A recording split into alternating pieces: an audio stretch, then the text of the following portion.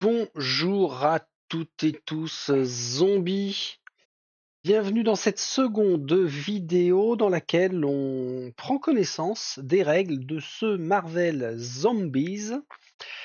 En préambule, merci à toi, le full noisette, qui nous a laissé l'info en commentaire hier sur le fait que, alors que je reprenne ton commentaire, un futur zombicide va bientôt sortir en Kickstarter, ce sera dans l'univers de DC Comics. C'est-il pas possible? Alors, je dis oui. Forcément, je dis oui aussi. Je vous ai expliqué que j'étais plutôt fan de Marvel, mais dans l'univers de DC Comics, ça va le faire aussi parce que ce que j'aime bien chez je prends toujours la référence Batman, c'est peut-être pas la mieux, mais enfin c'est celle qui parle à mon avis à beaucoup de monde. C'est beaucoup plus sombre, donc peut y avoir quelque chose d'assez sympa. Après, j'espère qu'il ne sortirait pas un Kickstarter sur DC Comics, juste histoire de ne pas chagriner et d'être correct avec tout le monde, dans le sens où il ne refondrait pas le système de jeu pour l'adapter vraiment à DC Comics. Il y a moyen de faire des choses super sympas. Donc ça, c'était la première chose à se mettre à jour, c'est fait. Ensuite, hier, j'ai entamé la peinture de nos petits casse-croûtes sur pattes, en commençant par les agents du Shield, parce que c'est le schéma de peinture le plus facile. Alors, elle est quasiment finie, par exemple, celle-ci. L'avantage, c'est qu'on a 3 couleurs seulement, c'est-à-dire la tunique, le blanc, la peau, à 4 couleurs, avec noir.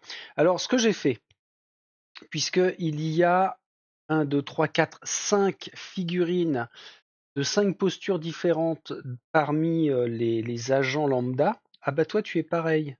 Ah non, non, non, pardon, il y a 2 matraques, mais elle n'a pas exactement la même posture. Ce que je fais avec les jeux où il y a une grande déclinaison de figurines, c'est que j'espère pouvoir en faire la moitié de façon peinte normale, et puis l'autre partie, je la fais de façon, mais alors vraiment tabletop uniquement. Pourquoi je fais ça? Parce qu'il y a un gros turnover sur le plateau, donc en priorité, je place les figurines peintes, que ce soit sympa. Et puis celles qui viennent compléter en fonction du lieu de génération, je mets des figurines vraiment tabletop. Et ces figurines tabletop, ce sont celles qui vont dégager en premier. Alors j'ai mis une encre bleue, bien sûr, hein. Ce que je fais généralement, ça fonctionne dans les autres jeux, c'est que je fais au moins l'arme pour que ça ressorte. Je verrai si j'applique cette méthode-là. Enfin, toujours est-il que j'en ai fait quand même un petit paquet comme ça. Je suis loin d'avoir attaqué la moitié, mais entre la sous-couche et puis le démarrage de peinture en test, ça a pris pas mal de temps. À noter, tiens, si je reprends ceux-là. Alors, eux, que je les nomme correctement, ce sont des spécialistes. Ah oui, alors, les petits casse-croûtes là, ce sont les opérateurs. Eux, ce sont les spécialistes qui ont 2 activations. Un défaut, un grand défaut, on est sur du plastique dur, et en les regardant avant de les sous-coucher, je trouvais qu'elles avaient une posture vachement penchée. Eh bien, en fait, oui. Notamment, alors il y en a, celui-ci est plutôt droit, mais alors par contre, ceux-là, là, ces 3-là menacent de se casser la gueule. C'est pas cool, monsieur Cool Mini or Not, lui, il est plutôt droit, et lui, il est plutôt droit. Donc j'en ai 3 qui sont vraiment bizarres. Alors, je veux bien qu'il y ait un mouvement pas de panique, mais un mouvement de course. Et le problème, c'est que c'est du plastique extrêmement dur. La base est très dure, donc je suis même pas sûr que le eau chaude, eau froide puisse remédier à ça. Bon, eh ben, ils feront partie de la peinture tabletop, ceux-là.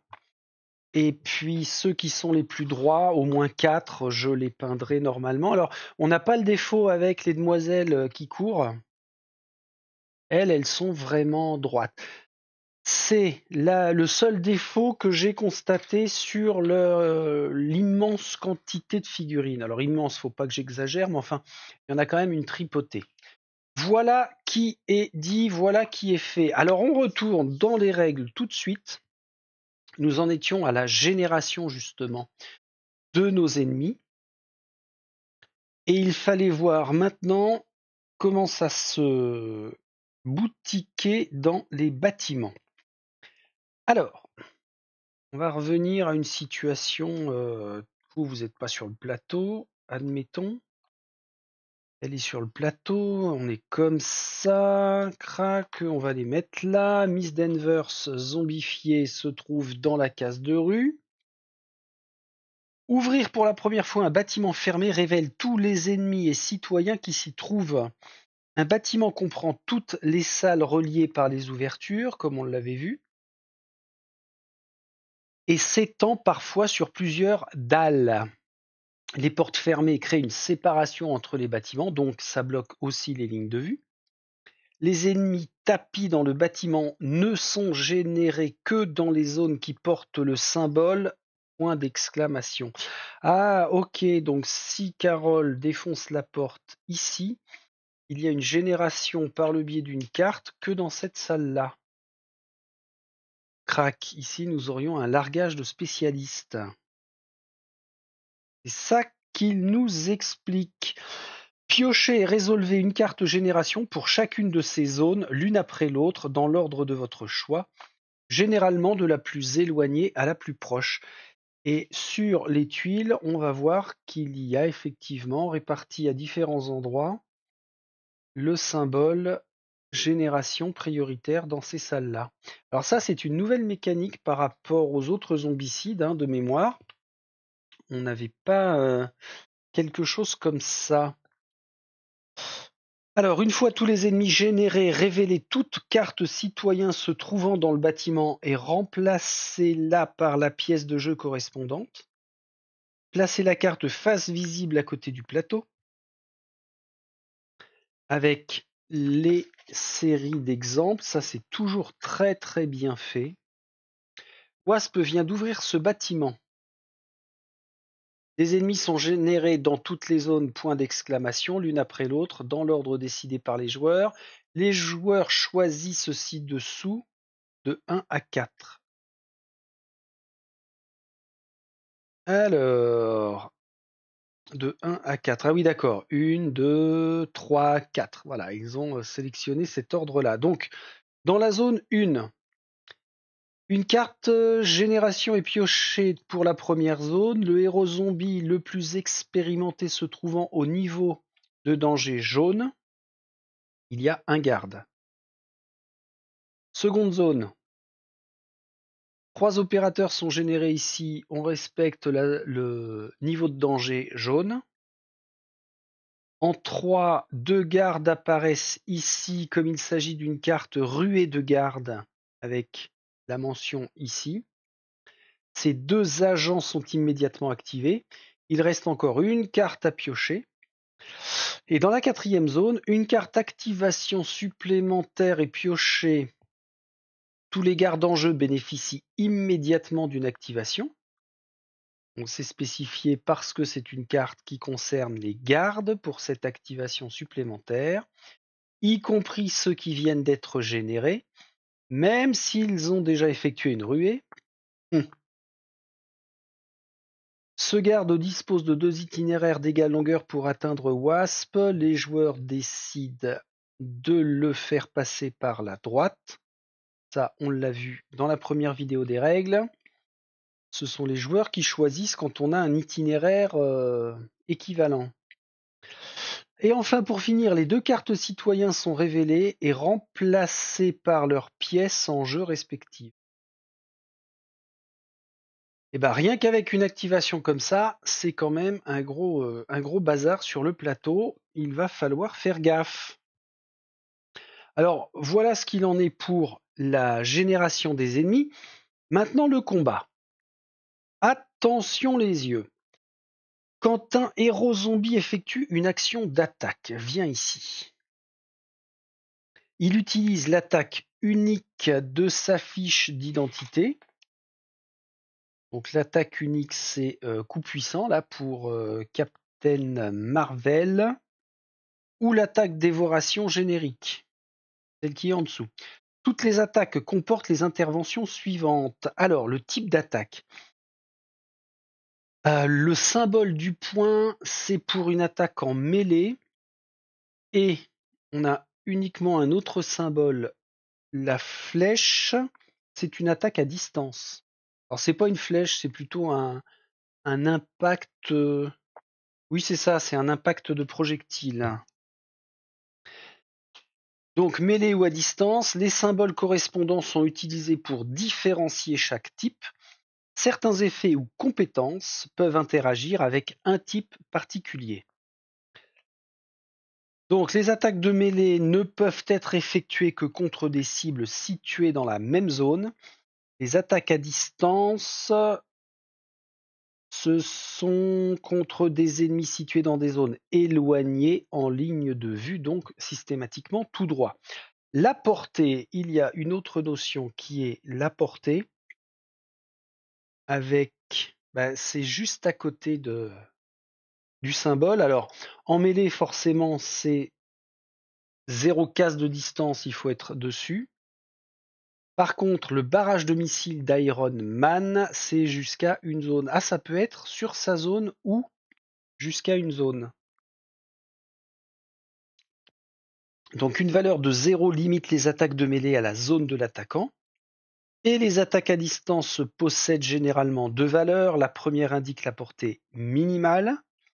L'attaque ne peut pas cibler une zone située en deçà de cette valeur. Elle est souvent de 0, ce qui signifie qu'elle peut cibler des ennemis situés dans la zone de l'attaquant, tout en restant une attaque à distance. La seconde valeur indique la portée maximale de l'attaque. Et l'attaque ne peut pas cibler des ennemis situés au-delà de cette valeur. Alors, qui a la plus grande portée? Une case de distance, Wasp, une case de distance, Hulk, que du corps à corps, Deadpool, que du corps à corps, Captain America, que du corps à corps. Et ça s'arrête là. Ah oui, ok, alors je ne m'occupe pas des héros en soi, puisque ça fera l'objet de la prochaine extension qui sortira en français, où on va pouvoir les jouer. Donc ça veut dire, en fait, il n'y a que Wasp et Iron Man qui peuvent tirer à une zone de distance en attaque à distance. Tous les autres, c'est du bourrinage corps à corps. Après, on a la valeur des dés. Chaque attaque indique le nombre de bases de dés qu'elle lance. 2 pour un coup puissant, 1 pour la dévoration. Certains effets de jeu permettent de lancer des dés supplémentaires, par exemple le niveau de fin. OK. Et puis, dernière valeur, on a la précision. Combien il va falloir atteindre sur le jet de dés pour pouvoir toucher. Chaque dé dont le résultat est supérieur ou égal à la valeur de précision inflige une touche. Pour résoudre une attaque, effectuez les étapes suivantes dans l'ordre, dans une zone. Ici même.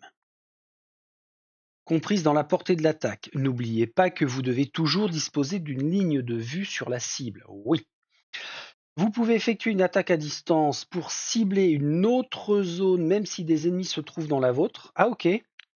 Donc Iron Man, ça ne l'empêcherait pas de tirer sur une zone derrière cela. Les ennemis situés entre vous et la zone ciblée ne sont pas pris en compte. Ok.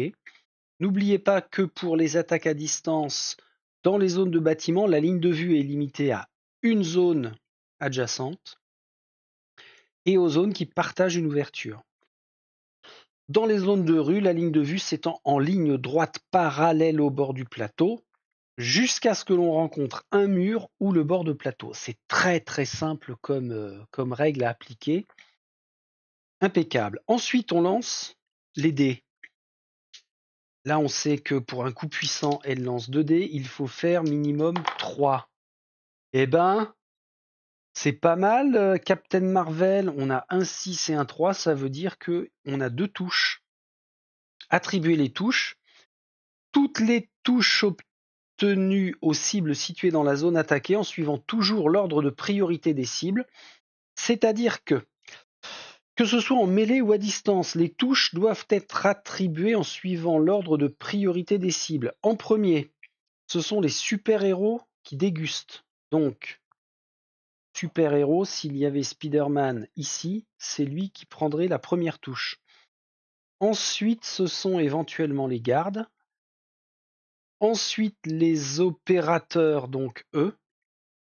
En dernier, on touche les spécialistes. Et enfin, les citoyens, mais attention, entre parenthèses, en dévoration seulement. Important, les citoyens. Alors, les citoyens, par exemple, j'ai sous-couché si on a Tante May. Alors, il n'y a pas à tortiller, hein, la sous-couche fait ressortir les détails tout de suite. Voilà, là, on a le cas de figure où on a un petit peu tout le monde. Important, les citoyens ne peuvent se voir attribuer des touches qu'avec des attaques de dévoration. Donc, seconde attaque sur les cartes. Alors, faut pas que je dise seconde attaque parce que finalement, on choisit l'une ou l'autre, donc il n'y a pas une priorité. Ils ignorent les autres attaques. Après tout, ils représentent une source de nourriture trop précieuse pour être gaspillée. Donc, dans ce cas de figure-là, si je prends la carte héros de ce bâtard de Spider-Man, qu'est-ce que j'en ai fait? Alors, il va falloir se remettre... Ah, ce sont celles-ci. Et oui, Spider-Man qui a 4 points d'endurance, 4 points de vie, en fait, il se prendrait 2 touches. Donc il n'est pas éliminé. Ah oui, il n'y a pas de comptage de points de vie, me semble-t-il. Il faut faire 4 d'un coup. Les touches doivent être attribuées aux cibles arrivant en premier dans l'ordre de priorité jusqu'à ce qu'elles aient été éliminées. Elles sont ensuite attribuées à celles du degré de priorité suivant, jusqu'à ce qu'elles soient elles aussi éliminées, et ainsi de suite, super-héros en premier, spécialiste ou citoyen en dernier. Si plusieurs cibles partagent le même ordre, le joueur choisit lesquelles sont touchées. Note importante, les autres héros zombies situés dans la zone ciblée ne peuvent pas être affectés par vos attaques, même si vous ratez. Ah, ça c'est bien. C'est un concept qui m'agaçait dans les autres zombicides que je connais, où on pouvait toucher nos propres potes. Et ça, c'est pas cool. Bon, après, ça peut rester logique, mais c'est pas cool. Vous êtes peut-être un zombie, mais vous demeurez un grand héros. Bien. Alors, un ennemi est éliminé dès qu'il subit en une seule attaque suffisamment de touches pour égaler ou dépasser sa valeur d'endurance. Ah ouais. Ah ouais. D'où l'intérêt d'utiliser au max les traits zombies parce que c'est ça ce qui va nous donner des chances d'infliger beaucoup de dégâts d'un seul coup.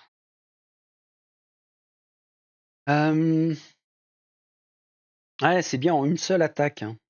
Pour rappel, les opérateurs et les spécialistes possèdent une endurance de 1, donc eux, spécialistes, n'ont qu'un. Les gardes, une valeur de 2. Les super-héros, une valeur d'endurance variable en fonction de leur carte. Quant au... Ah, ils ont qu'un point de vie, les autres. Les citoyens, a priori, n'auraient qu'un point de vie, sauf que pour éliminer un citoyen, il faut d'abord nettoyer toute la zone de ceux qui les protègent. Ok, un ennemi n'est éliminé que s'il subit suffisamment de touches pour égaler ou dépasser sa valeur d'endurance lors d'une seule et même action d'attaque. On ne peut pas cumuler. Si vous n'avez pas obtenu suffisamment de touches, les touches attribuées ne sont pas reportées. C'est tout ou rien à chaque attaque. Aïe. Et puis, on a un tableau qui nous résume. Alors ça peut valoir le coup de le faire en photocopie couleur. N'oublions pas quand même que on a résumé du round du mode zombie. Liste des cibles, eh bien c'est reporté là. Ok, impeccable. Alors l'exemple, là c'était suffisamment clair, hein, je ne vais pas relire l'exemple avec Deadpool. On va passer aux attaques spéciales, les attaques de dévoration.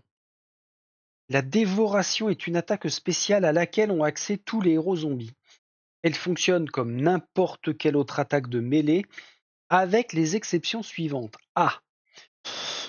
Une fois l'attaque résolue, si une cible a été éliminée, le héros zombie réduit sa piste de fin de 1. Ça, c'est important. Si on est comme ça avec Carol Danvers, que j'ai une fin de 3, j'élimine, toi tu es là, toi tu ne peux pas être là, toi non plus. Si on est comme ça, que j'élimine, alors en endurance, les spécialistes ont seulement 1. Donc ici, j'éliminerai un spécialiste plus un opérateur avec mes 2 attaques de tout à l'heure. Si une cible a été éliminée, le héros réduit sa piste de fin à 0. Ah ouais, il suffit d'en éliminer un pour réduire à 0. Chaque attaque de dévoration ne peut éliminer qu'une seule cible. Hein? Dès que la première cible a été éliminée, toutes les touches infligées au-delà de l'endurance de celle-ci sont perdues. Donc là, dans ce cas-là, j'aurais éliminé le spécialiste, mais ça s'arrête là et je fais diminuer ma faim. Ah ouais. Contrairement aux attaques normales, la dévoration peut cibler les citoyens, toujours en respectant l'ordre de priorité. Les citoyens constituent d'ailleurs un mets de choix pour les héros zombies. Ah ouais, alors la dévoration, c'est quand même particulier, hein. Il faut bien jongler entre l'attaque de base et la dévoration. Et ce qui va impacter sur le choix, c'est le niveau de faim finalement. Alors la faim justement, les héros zombies sont poussés par la faim, un besoin irrépressible de dévorer de la chair vivante. Bien qu'elle présente de nombreux inconvénients, la faim offre également certains avantages. La piste de faim indique à quel point un héros zombie est affamé. La piste de fin de tous les héros zombies augmente automatiquement de 1 au début de chaque phase des joueurs. Ah ouais, ok, c'est vrai. Donc en fait, on a intérêt de manger, éliminer, bouger, éliminer. Lorsqu'il effectue une attaque en mêlée ou à distance, dévoration incluse, un héros zombie doit lancer un nombre de dés supplémentaires égal à son niveau de faim. Ah bah il est là l'avantage. Si j'ai 3 en niveau de faim, que je fais mon attaque de base coup puissant, avec 3 en fin, je rajoute 3 dés. Ok, donc c'est pas mal. C'est un sacré bonus. Après la résolution de chacune de ces attaques, un héros zombie augmente sa piste de fin de 1 par symbole croc obtenu. Alors j'appelle ça croc parce que mâchoire quand même, hein.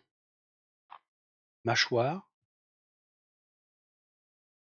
Notez qu'une attaque de dévoration réussie réduit toujours la piste à 0. Les crocs obtenus sont donc ignorés dans ce cas. D'accord. Oh la vache. Grosse subtilité quand même, hein. Alors, une fois que la piste de fin atteint son niveau maximum, le héros zombie devient vorace. Oh oh. Et on a tous une piste de fin égale à 4 max. 4, 4, 4, ouais c'est ça. On est tous à 4 maximum. Donc, j'atteins un niveau de fin de 4. On devient vorace. Une fois qu'un héros zombie est devenu vorace, tout effet qui augmente sa piste est ignoré.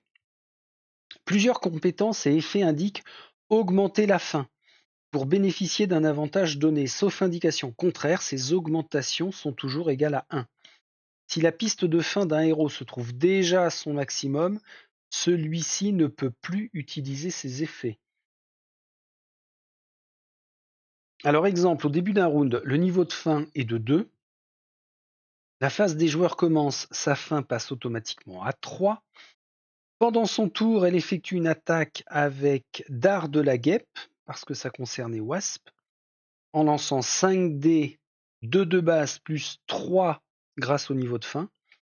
Elle obtient 5, 3, 3, 2 et les crocs, ce qui signifie que sa faim augmente jusqu'à 4. Elle est désormais vorace. Alors la voracité. Si un héros reste trop longtemps sans dévorer de la chair, il court le risque de devenir vorace. Alors ils emploient bien le mot risque, hein, et de revenir à un état bestial. Tant qu'un héros zombie est vorace, avec un niveau de faim de 4, les règles suivantes s'appliquent. Il peut seulement effectuer des actions de déplacement ou attaque de dévoration. Ah oui, il perd la boule. Il n'a plus accès à son attaque unique. Cela implique aussi qu'il ne peut plus interagir avec un objectif, ouvrir une porte, gagner un trait, etc. De nombreuses compétences liées à l'augmentation de la faim ou à l'utilisation d'une attaque normale deviennent également inaccessibles. Donc, en vorace, on a le droit que de se déplacer et que de faire des attaques de dévoration. Et pour le coup, une attaque de dévoration nous fera retomber à 0, donc on reprendra le cours normal de notre aventure. À la fin de son tour, si un héros zombie est vorace, il subit une blessure automatique. Ah ouais, ok. Ok. Donc c'est dangereux. On ne peut pas se permettre de rester vorace trop longtemps. D'ailleurs, jusqu'à présent, en parlant de la piste de dégâts, est-ce qu'on n'avait pas vu que on ne pouvait pas se soigner, sauf peut-être avec des traits spécifiques? Alors, la santé, chaque fois qu'un héros est blessé, elle baisse. Si jamais elle atteint 0, le zombie est éliminé. Ah, les soins, j'ai un petit doute. J'ai un petit doute. Bon, à voir. Ok. Donc à la fin de son tour, si un héros zombie est vorace, il subit une blessure automatique. Dès que le niveau de faim passe en dessous de 4, il cesse d'être vorace, c'est logique. Et nos amis citoyens, parce qu'on en a quand même un petit paquet de citoyens. 2, 4, 6, 8, 10, on en a 12. Les citoyens représentent des cibles clés que les héros zombies vont tenter de dévorer. Ils sont soit placés au cours de la mise en place, soit générés par la carte citoyen escorté. Alors, la carte citoyen escorté, on l'a vu hier. Voilà, c'est celle-ci, citoyen escorté. Hop. Alors, l'escorte est symbolisée par ici un garde. Et a priori, les citoyens escortés ne le sont que par des gardes parce que ce sont eux qui sont quand même assez balèzes à éliminer. Oh, il y aurait que 2 cartes citoyens escortés. Ah ouais, donc c'est vraiment des objectifs très particuliers. Ouais, je n'ai vu que 2 cartes citoyens escortés par des gardes. Générer un citoyen plus garde. Ok. Alors, en niveau orange, il serait escorté par 3 gardes. Au niveau bleu, il est escorté par seulement un garde. Ok. Donc, dans ce cas, on vient piocher une carte citoyen. Hop là. Là, ce serait Wong. qui serait escorté. Et Wong, il est agressif. Il a le symbole du poing. Alors, donc générés par les cartes escortées, ok. Ils sont également soumis à d'autres règles. Ne peuvent pas être tués par des attaques normales. La seule façon de les éliminer est d'effectuer sur eux une attaque de dévoration qui inflige au moins une touche. À une touche, ils dégagent. Contrairement aux super-héros, ils n'ont pas de valeur d'endurance supérieure à 1. Lorsque cela se produit, le héros zombie qui a dévoré le citoyen gagne la carte de celui-ci et la place dans la case à gauche de son plateau joueur. Contrairement aux traits zombies, les cartes citoyens ne sont généralement pas défaussées après utilisation. Ok. La plupart confèrent une capacité permanente aux héros zombies. Ah bon? Un héros zombie ne peut détenir qu'une seule carte à la fois. S'il dévore un nouveau citoyen, il doit soit remplacer l'ancienne, soit défausser la nouvelle. Et dévorer un citoyen n'octroie pas de points d'expérience, à moins que le texte de la mission ne précise le contraire. Ça veut dire que dans le tableau, ici, en citoyen, effectivement, ils ont bien 1 d'endurance en dévoration d'attaque seulement. Ils ne génèrent pas de points d'expérience, sauf si cas particulier. Donc oui, il y a un avantage à aller bouffer les citoyens parce que notre niveau de danger ne va pas augmenter et en plus on récupère sa carte. Alors, leur activation. Lors de la phase des ennemis, les citoyens adoptent des comportements différents selon leurs éventuels talents martiaux indiqués par le symbole point sur leur carte. Donc comme Wong, qui possède le symbole, c'est un citoyen combattant. Ils vont pourchasser les héros zombies au cours de la phase ennemie. Ils disposent de une action et fonctionnent plus ou moins comme les opérateurs, donc comme les personnages du Shield lambda. Si ce n'est qu'ils ne sont pas affectés par les cartes génération telles que activation supplémentaire, ruée. Ils sont activés en même temps que les autres ennemis et effectuent soit une attaque, soit un déplacement. En fonction, alors attaque s'ils ont le symbole d'agressivité ou déplacement s'ils ne l'ont pas.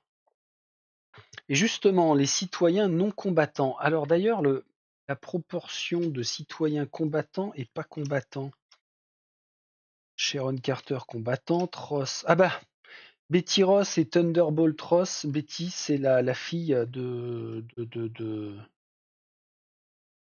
du général. Okoye, bien sûr qu'elle est combattante. Est-ce qu'on a une égalité? J'ai dit qu'il y en avait 12. 2, 4, 6 et un 7. Ah bah non. 2, 4 et un 5. Ok, on a 5 citoyens combattants.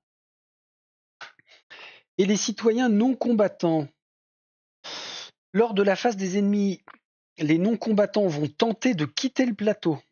Ils disposent également d'une action et sont activés en même temps que les ennemis, dont ils suivent la plupart des règles. Toutefois, ils n'attaquent jamais et ne peuvent effectuer que des actions de déplacement. Au lieu de se déplacer en direction des héros, ils empruntent l'itinéraire le plus court en direction de la zone de génération la plus proche. Ah ouais.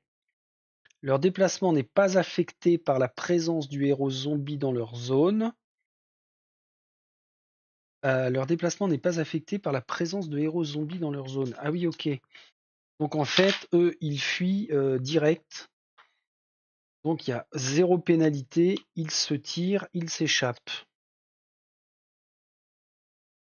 Pioup, pioup, pioup.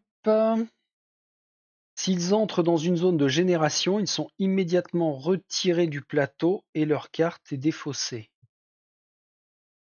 Et pour les citoyens escortés,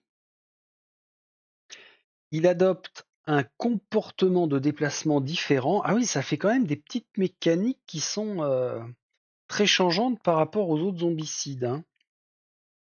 Alors, les citoyens escortés, par exemple. Vous êtes en train de vous amuser dans les bâtiments.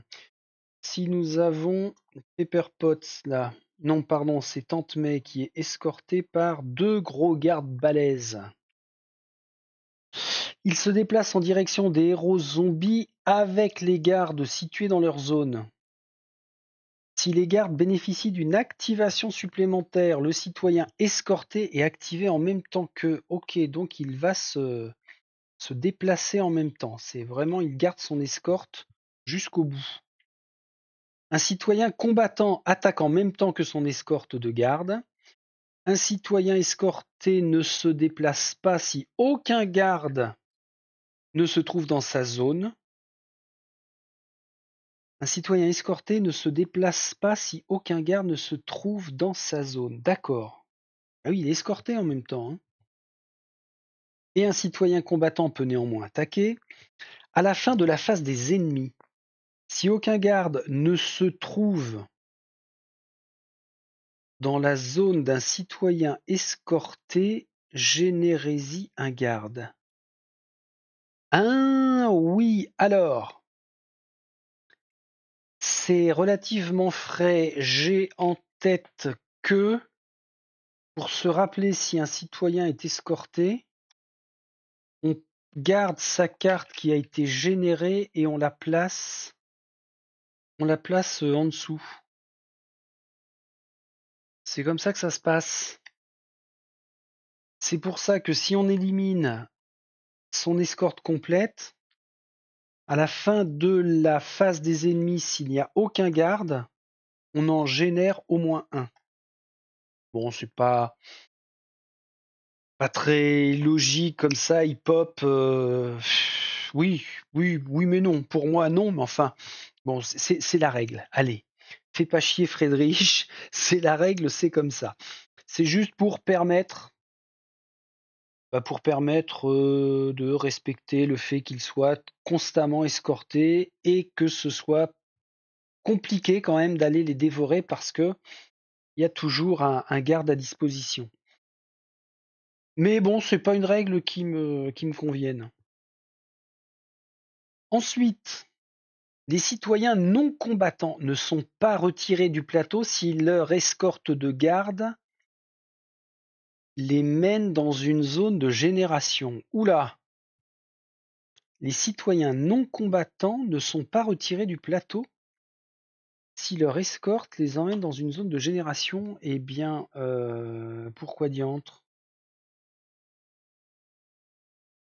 Alors, je trouve que c'est contradictoire avec ce qu'il disait avant. Bon, à bien se remettre ça en tête. Citoyen non combattant. Ah oui, il faut faire la distinction entre un citoyen qui est non combattant, non escorté, auquel cas il va fuir. Par contre, un citoyen qui est accompagné de gardes se sent en sécurité, donc il n'a plus besoin de s'enfuir. Voilà, ça y est, j'ai remis les choses dans l'ordre. Ensuite, sur le plateau, on peut avoir des objets interactifs. Alors, c'était avec ça, je crois, hein. Ces choses-là. Bon, Spider-Man, casse-toi. Égard des citoyens, barrez-vous. On nettoie un peu. Wong, arrête de crâner. Et cette carte-là va ici. Bien, les objets interactifs. Certaines missions comportent des objets interactifs indiqués sur le plan. Lorsqu'il se trouve dans la zone d'un objet interactif, un héros zombie peut utiliser ce dernier pour effectuer une attaque à distance spéciale. Chaque objet interactif est différent et ses règles sont détaillées sur sa propre carte référence. Marvel Zombie contient un objet interactif. Ah oui, le signe des Avengers, ouais, c'est cette carte-là. Carte référence, signe des Avengers. Le signe des Avengers, d'autres pourront être inclus dans des extensions. Ah, ils sont malins. Alors, ça c'est une carte qui permet de faire une attaque à distance jusqu'à 2 zones. Il y a une étoile sur le nombre de dés. Pourquoi? Lancer un dé pour chaque ennemi situé dans la zone ciblée. Ah ben voilà. tout bêtement. Donc, à l'intérieur du bâtiment, je pourrais utiliser ça. S'il y a 4 opérateurs, je lance 4 dés. C'est quand même plus un papin, il n'y a pas à tortiller.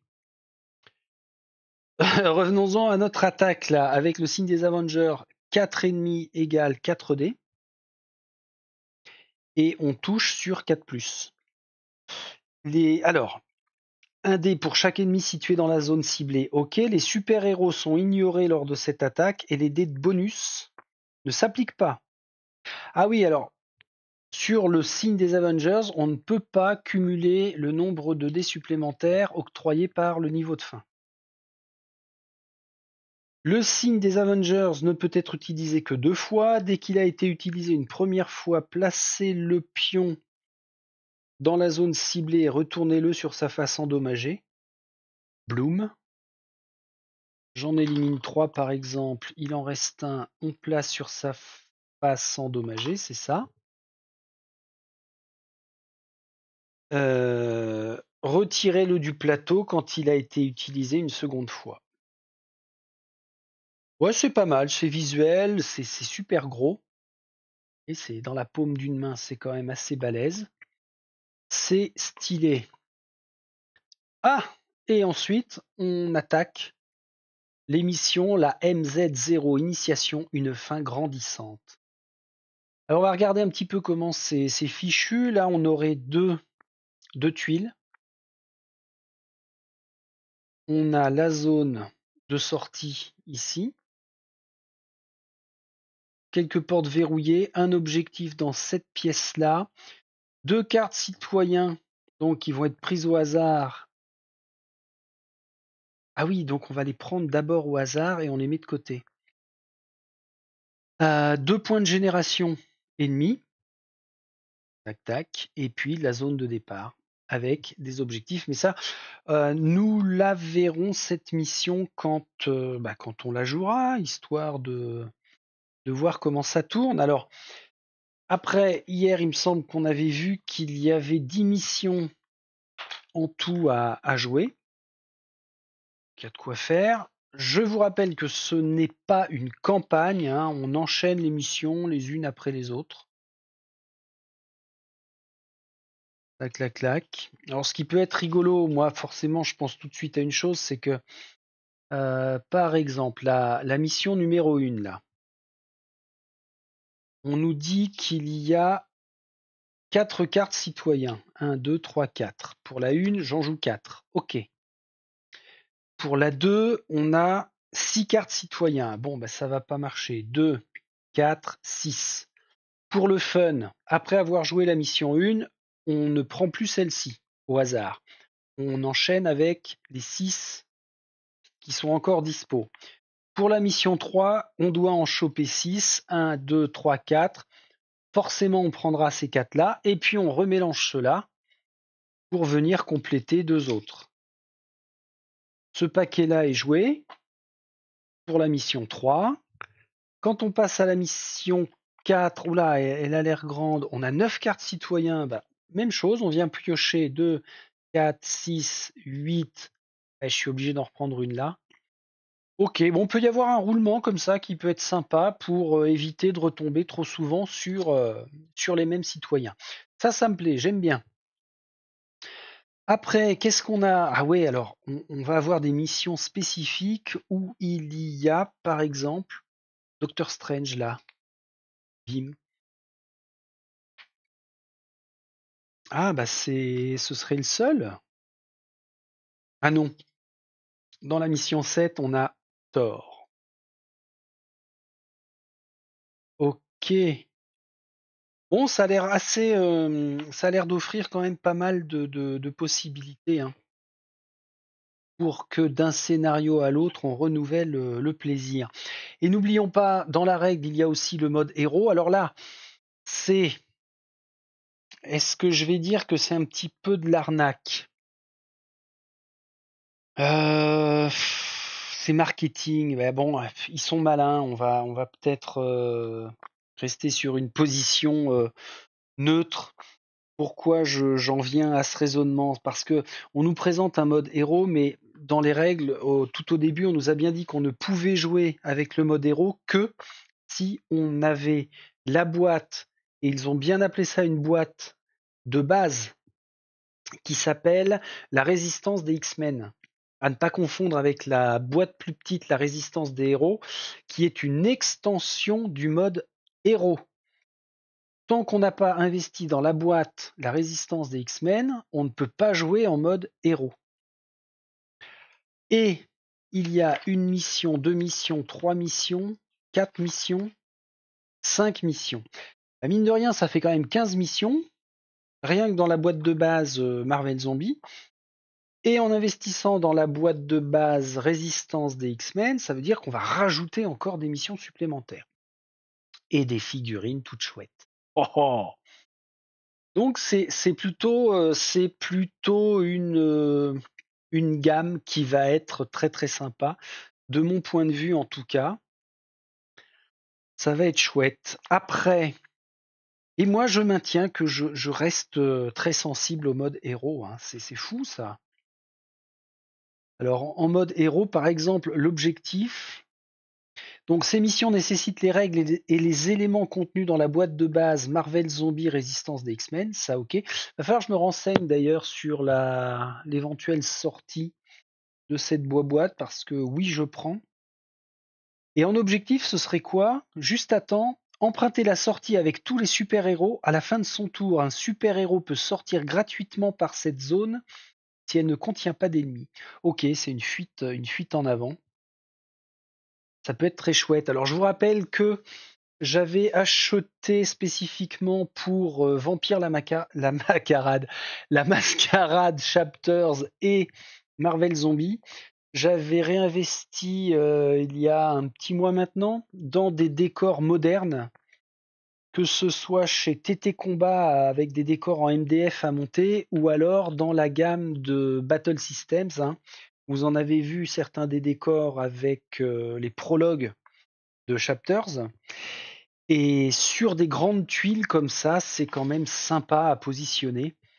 Je pense qu'en 3D, on va pouvoir se faire plaisir, notamment sur les bords, là, mettre des bâtiments. J'ai pas mon arrêt de bus là, loin près? Non, je l'ai mis sous vitrine. Ok. Donc, ça peut faire des plateaux, mais carrément excellents. Vraiment, vraiment. Bah, je suis très très content de ce Marvel Zombie. Oh, elle est classe quand même. Elle est où sa figurine? Parce que c'est vraiment pile poil ça. C'est excellent. Hein. Alors, ce qui m'embête, moi, ça va être l'éclair là à peindre. Ça, bon, c'est pas que j'ai trop la gigite, mais enfin, ça fait partie des choses où je veux pas me foirer. Après, l'avantage d'un costume de super-héros, c'est qu'il n'y a pas 50 000 couleurs. Ça, c'est bien. Ça me va. Pour en finir avec la découverte des règles, quand même, on a l'index. Conception du jeu, donc Michael Chinall et Fabio Curie. Ok, responsable production. Alors, il y a quand même du monde hein, qui bosse sur ce genre de choses-là. Relecture, alors ça me fascine. Relecture, il n'y a que 2 personnes qui auraient relu. Ok. Les testeurs, tiens, on parle souvent, enfin souvent, oui, si ça nous arrive, d'évoquer que certains jeux, on sent bien qu'ils n'ont pas vraiment été correctement testés, tout du moins après avoir passé les 2, 3 premières missions. Là, il y a eu combien de testeurs? 1, 2, 3, 4, 5, 6, 7, 8, 9. Alors en même temps, sur ce type de jeu, j'allais dire c'est relativement facile à tester. Il faut peut-être pas que je m'avance là-dessus, mais ça peut nécessiter beaucoup moins de testeurs que des jeux à embranchement. Logique. C'est Asmodée qui nous gratifie de cette édition française. Relecture VF Olivier Prévost et Grégory Penn. Merci messieurs. J'ai juste vu une petite coquille à un moment. Là, dans cette deuxième vidéo, au lieu de trop, il y avait marqué top. TOP. C'est la seule remarque que j'ai à faire sur le bouquin qui est toujours très bien fait dans la gamme Zombicide.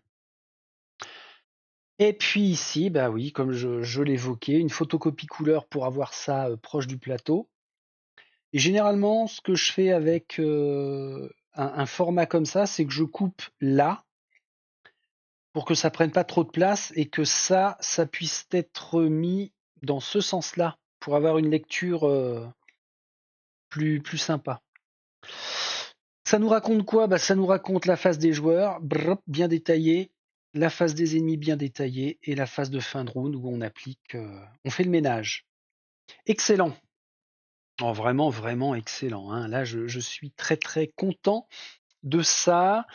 La liste va s'allonger. Vous avez vu, hein, hier sur la première vidéo des règles, ou c'était au déballage, je sais plus, ça devait être au déballage, pardon, où on a checké toutes les boîtes disponibles sur le Kickstarter. J'espère qu'au moins toutes ces boîtes-là, il y en a 7 en tout, j'espère que toutes les boîtes sortiront en boutique. Ok. Eh bien voilà, nous en avons fait le tour. Merci à Wasp, Hulk, Deadpool, Iron Man, Captain America et Captain Marvel de nous amuser avec votre fin et votre mode zombie. Et on va se dire, alors, que je reprenne dans l'ordre. Je vais attaquer les peintures beaucoup plus sérieusement. Honnêtement, je vais en avoir au moins pour 3 semaines, ne serait-ce que pour aller peindre peut-être 3 héros zombies pour commencer à jouer la mission 0. Et puis pendant ce laps de temps, j'aurai avancé sur les autres figurines, sur les gardes. Il va falloir peut-être que je peigne 1 ou 2 héros, qu'ils soient disponibles. Auquel cas, bien dans la pioche, je sais que je ne jouerai éventuellement qu'avec ces deux-là. Si la carte de génération de super-héros tombe, voilà, me constituer un petit pool de figurines peintes pour revenir vers vous et puis jouer le tout premier scénario qui nous permettra d'appliquer toutes les règles. Et puis pendant ce laps de temps, en même temps que la peinture, je vais pouvoir me constituer le mémo complet sur Marvel Zombies et puis avancer aussi sur le mémo de Vampire la Mascarade Chapter, ce qui nous permettra de démarrer la campagne. Bref, je vais peut-être bosser un peu aussi parce que au bout d'un moment, comme j'aime bien le dire, ça va finir par se voir, mais je vais être bien occupé. Donc on se revoit le plus vite possible pour de nouvelles aventures avec un grand Z comme ce Marvel Zombie. Salut, salut!